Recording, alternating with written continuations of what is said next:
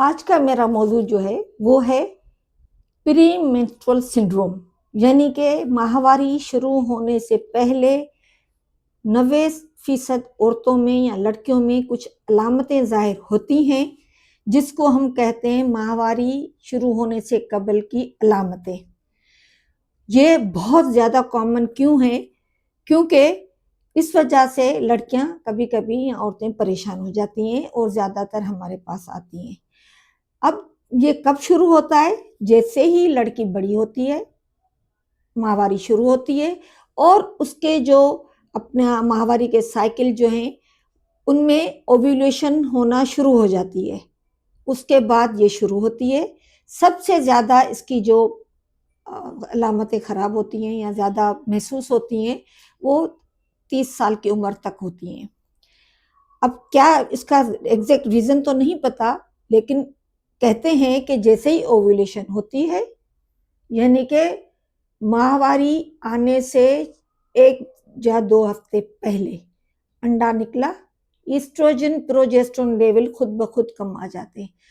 تو جب وہ کم ہوتے ہیں تو اس کی وجہ سے جسم کے ہر حصے پہ، یعنی کہ دماغ پر، پوری باڈی پر اس کے کچھ اثرات ہوتے ہیں جس کو ملا کر ہم کہتے ہیں پری مینسٹرول سنڈروم۔ اب وہ کیا ہوتے ہیں؟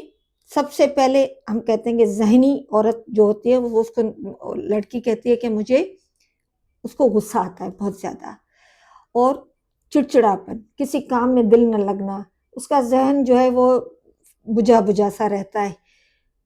لیکن پھر آہستہ آہستہ جسم میں تھکاوٹ، پھر چھاتیوں کا بھاری ہو جانا، کبھی کبھی لڑکیوں میں جو ڈسچارج نارمل ہوتا ہے وہ بھی اوویولیشن کے ساتھ وہ بڑھ جاتا ہے، پٹھوں میں درد اور بار بار پیشاب آنا، کبھی کبھی ان کو لگتا ہے کہ مجھے کسی کو قبض ہو گیا ہے، سر کا درد بھی اس کے ساتھ بہت زیادہ ہوتا ہے، قبض ہو جاتا ہے، یا اس کو وہ کہتی ہے میرے پیٹ میں کچھ چیزیں گھوم رہی ہیں، بلاٹنگ ہو جاتی ہے۔ تو ان سب سمٹمز کو ملا کے ہم کہتے ہیں پری مینسٹرول سنڈروم۔ اس کی تشخیص کیسے ہوتی ہے؟ سب سے پہلے یہ کب ہوتا ہے؟ اس کا مینسٹرول سائیکل، ماہواری کا سائیکل ہر لڑکی کو اپنا بنانا چاہیے۔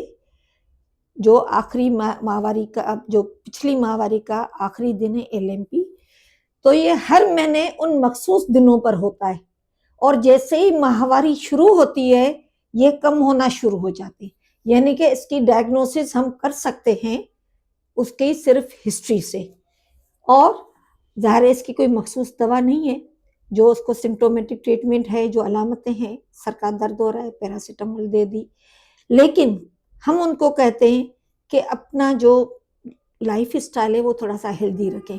ہیلدی لائف اسٹائل سے ہمارا مطلب یہ ہوتا ہے نیند پوری کریں، ہلکی پھلکی ورزش کریں، ان دنوں میں سائیکلنگ کریں، اور تھوڑی سی جو یہ اپنا سوئمنگ کرتی ہیں لڑکیاں وہ کریں، ایسی غذا لیں جن سے قبض یا ان کا معدہ جو ہے وہ نارمل رہے۔ اگر یہ اتنی زیادہ ہو جائیں کہ اس کی روزمرہ کی جو زندگی کے جو معمولات ہیں، اسکول جانا، آفس جانا، گھر کا کام نہ کر سکنا، تو پھر ہمیں ڈاکٹر کے پاس ضرور جانا چاہیے۔ کیونکہ ڈاکٹر کے پاس ہم کیوں جاتے ہیں؟